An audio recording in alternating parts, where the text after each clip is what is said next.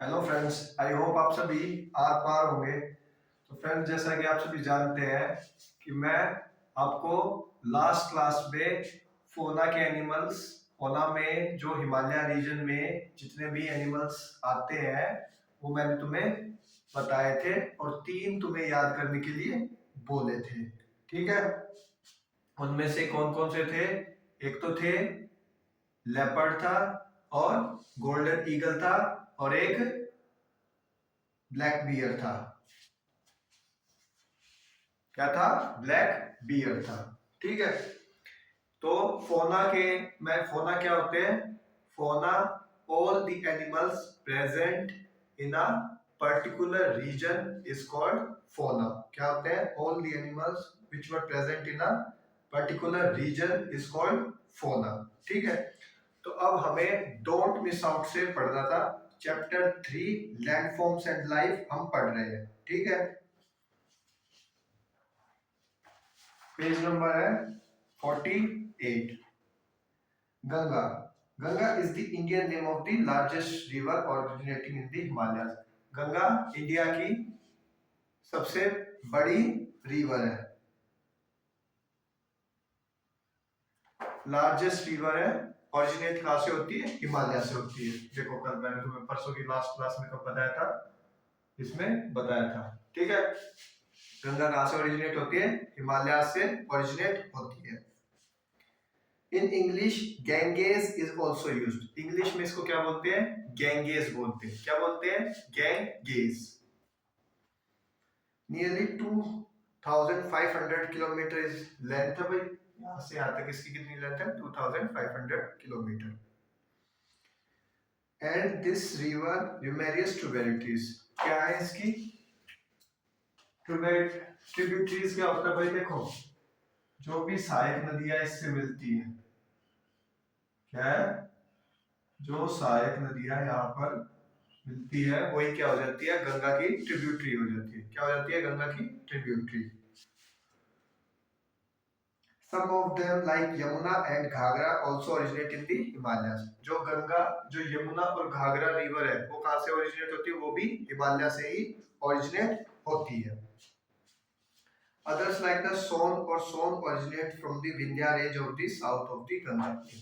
जो सोन रिवर होती है वो कहाँ से ओरिजिनेट होती है? गंगा के साउथ से ओरिजिनेट होती है। कहाँ से होती है? जो गंगा रिवर है, ये गंगा रिवर है और सोन यहाँ से ओरिजिनेट होती है। गंगा रिवर हिमालयन रीजन से ओरिजिनेट होती है, इंडिया की सबसे लार्जेस्ट रिवर है। ठीक है, और इसके साथ ही यमुना और घाघरा भी हिमालय रीजन से ही ओरिजिनेट होती है और साउथ में सोन रिवर भी गंगा के साउथ से ओरिजिनेट होती है। ठीक है, अब हम पढ़ेंगे लाइफ इन दी माउंटेन्स। ठीक है,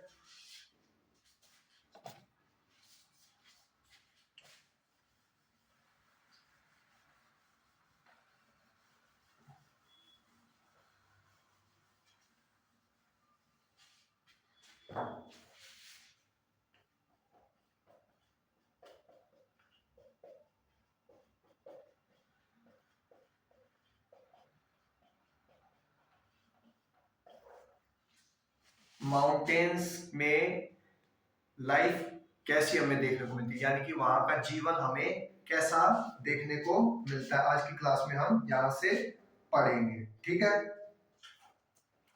सबसे पहले देखो, तुम्हें मोस्टली इंडिया में क्या होता है? एग्रीकल्चर होता है, प्राइमरी सेक्टर होता है, उसमें फार्मिंग सबसे बड़ा इंपॉर्टेंट रोल करती है। ठीक है, तो देखो, तुम्हें ये इमेज देखो, दिख रही है सभी को? ये जो फार्मिंग है ये कहां पर कर रखी है? माउंटेन्स पर कर रखी है। कहां पर कर रखी है? माउंटेन्स पर।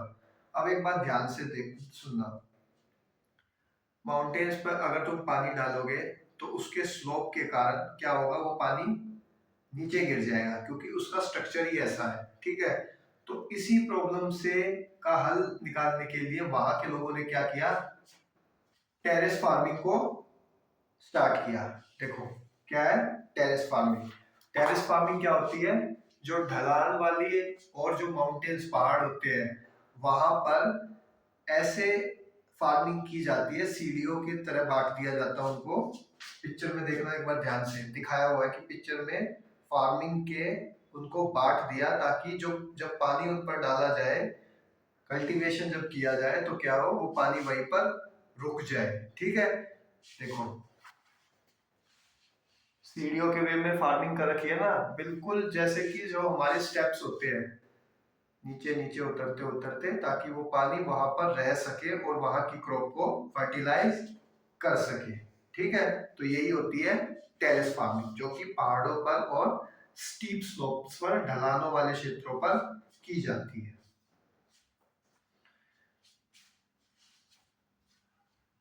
The mountain's terrain is usually rugged or rough and has steep slope. जो mountains होते हैं वो बहुत ऊबड़ खाबड़ होते हैं, सभी जानते हैं, और कैसे होते हैं, खड़ी चढ़ाई वाले होते हैं। ठीक है, तो वहां पर एग्रीकल्चर करना आसान नहीं है।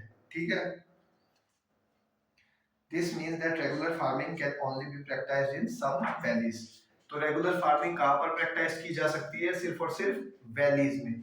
वैली क्या होती है, ये दो माउंटेन्स हैं, तीन माउंटेन्स है, तो जो ये बीच की जगह हो गई, जो इनके बीच की जगह हो गई, उन्हीं को क्या बोलते हैं, वैली बोलते हैं। क्या बोलते हैं, वैलीज बोलते हैं।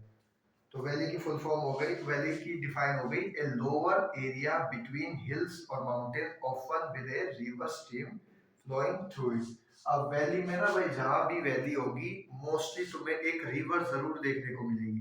क्या देखने को मिलेगी, रिवर देखने को मिलेगी। क्यों देखने को मिलेगी, क्योंकि हाई एल्टीट्यूड पर क्या होता है, मैंने क्लास में पिछले वाले में क्या बताया था, बर्फ होती है। वो बर्फ जब मेल्ट होती है, वो बर्फ जब मेल्ट होती है तो क्या होता है, वो वैली के पास से ही तो फ्लो होके जाएगी वो रिवर। रिवर, ठीक है, तो ठीक है, ये था अब तक जो हमने पढ़ा था, वो था एग्रीकल्चर कैसे हो रहा था, क्रॉप कल्टीवेशन कैसे की जा रही थी माउंटेन्स पर। ठीक है, अब बारी आती है हर्डिंग। हर्डिंग होता है भाई, कोई एक जो पशु चालक होता है, वो जो भी उसकी कैटल्स, भेड़ बकरी शीप गोट और कैटल जो भी हो गई, उनको वो घुमाने के लिए वैलीज में, माउंटेन के आसपास के एरिया में लेके जाता है। ठीक है, ताकि वो वहां पे उनको अच्छे से उनकी देखभाल कर सके और वहां पर उनको चारा खिला सके। ठीक है, हार्डिंग का मतलब यही होता है, एक पशु चालक होता है जो पशुओं को चराता है। कहाँ पर, वैलीज और माउंटेन के आसपास के एरिया में, उसे ये क्या बोलते हैं, हार्डिंग बोलते हैं। देखो भाई, स्लोप्स, ठीक है, many mountainous regions of the world herding is the preferred occupation for over agriculture।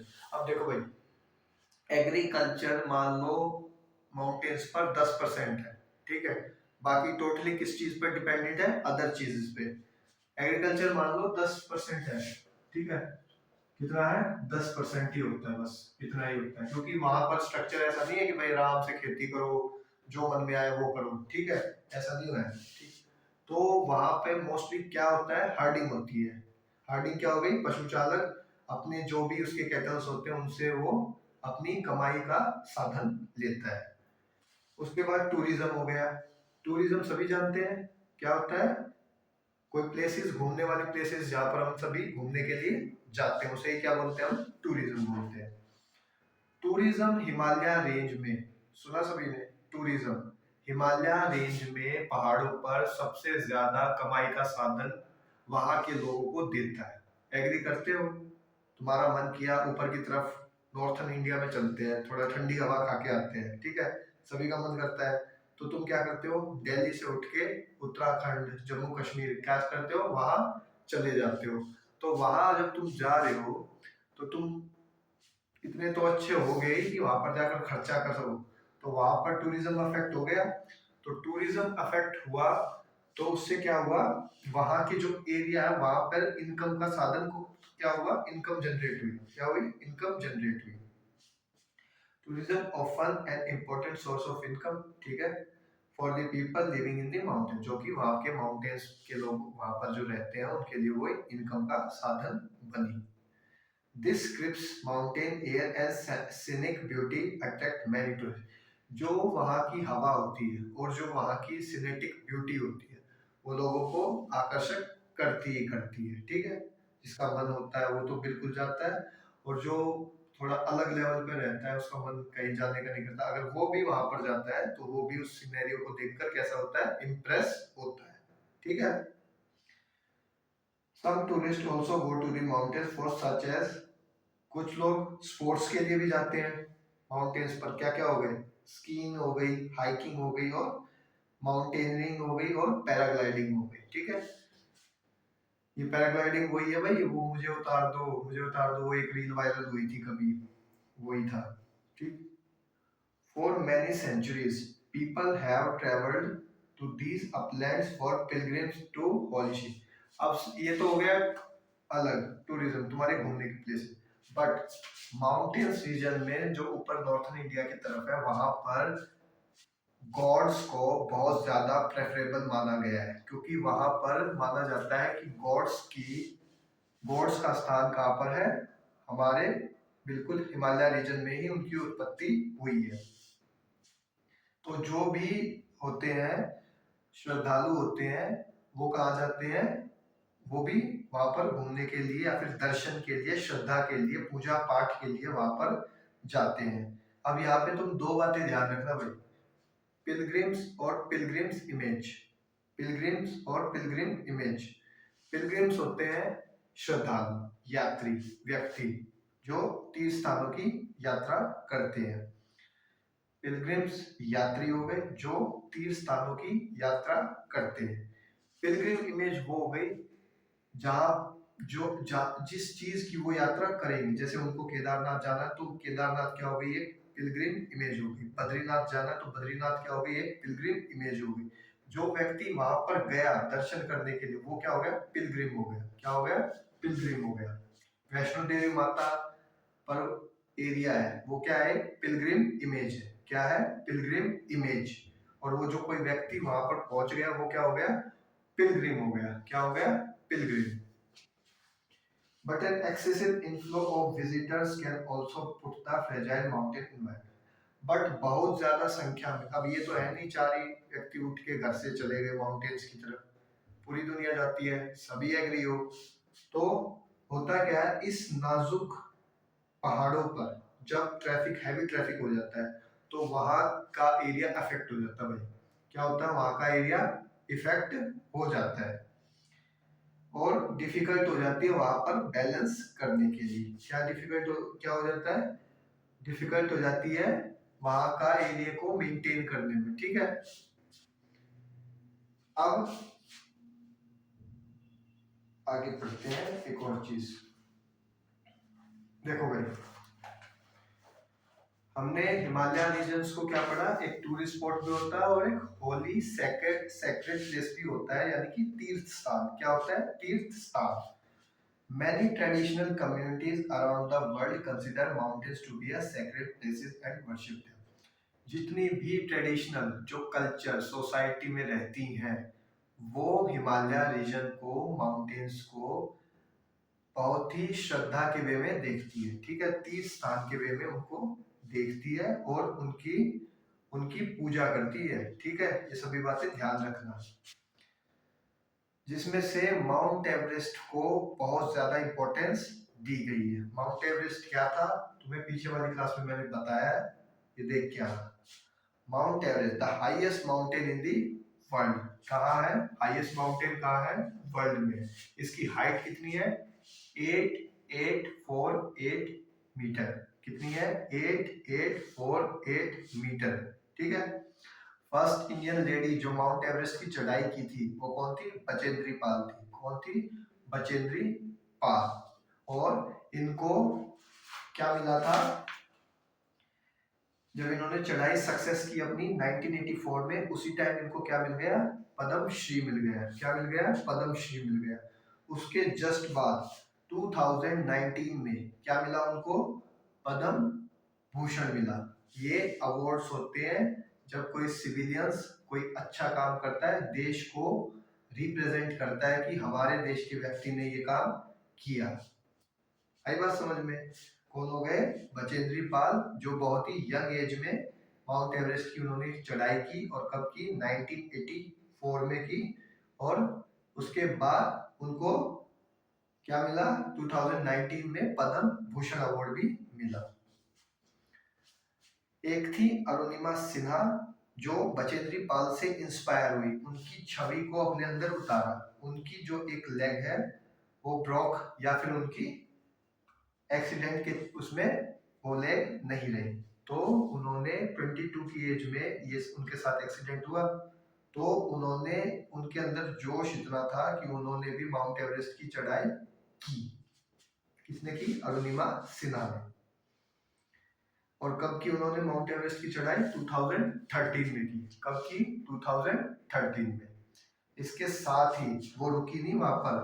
देखो, एक जाबाज लड़की, औरत की कहानी, फीमेल, अभी वुमेन्स डे गया था ना, तो ये बातें देखो ध्यान रखने की होती है कि किस तरह से अरुणिमा सिन्हा ने हार नहीं मानी और 2013 में माउंट एवरेस्ट की चढ़ाई उन्होंने की।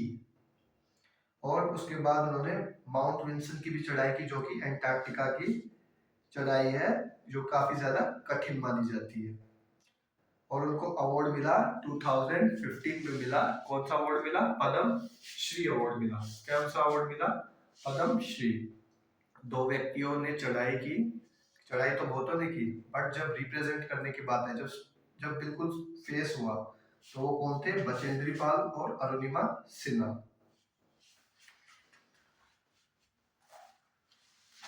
तो ये थे, ठीक है, माउंट एवरेस्ट के बारे में ये थे।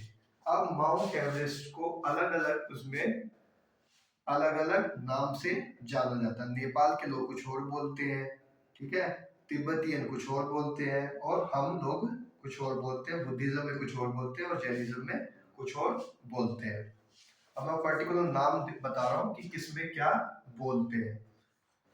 फर्स्ट, तिब्बतियंस क्या बोलते हैं? चोमा लुंगमा। क्या बोलते हैं? चोमो लुंगमा। एक सेकेंड।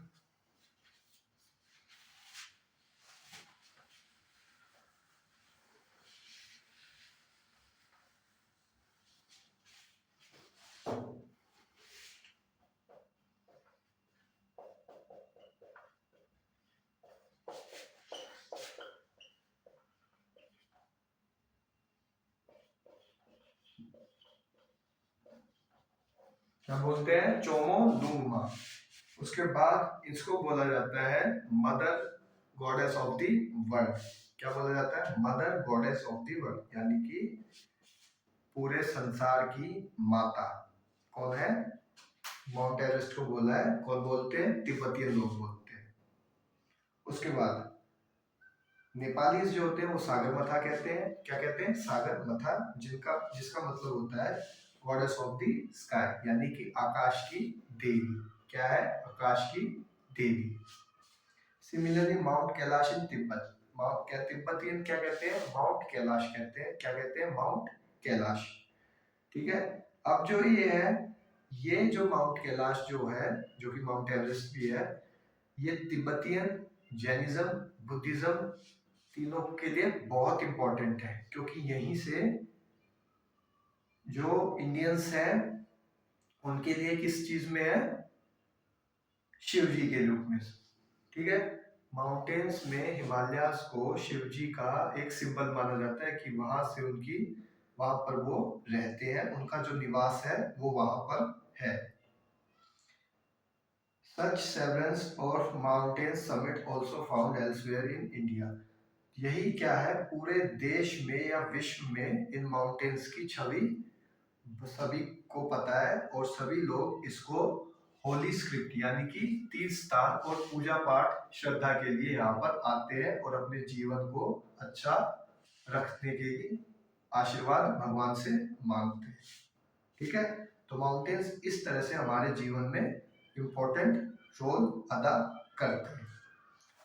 अब कुछ एक होमवर्क दे रहा हूं, तुम सभी बताना, उसके बाद मुझे तो आके कराना ही है, कि माउंटेन्स में अच्छी चीजें तो हमने देख ली, टूरिस्ट स्पॉट है, हर्डिंग होती है, वहां का कल्टीवेशन देख लिया, बट एक चीज और है, यहाँ पर डाउनफॉल भी होते हैं, मतलब कि माउंटेन्स पर रहने से लोगों को नुकसान भी होता है।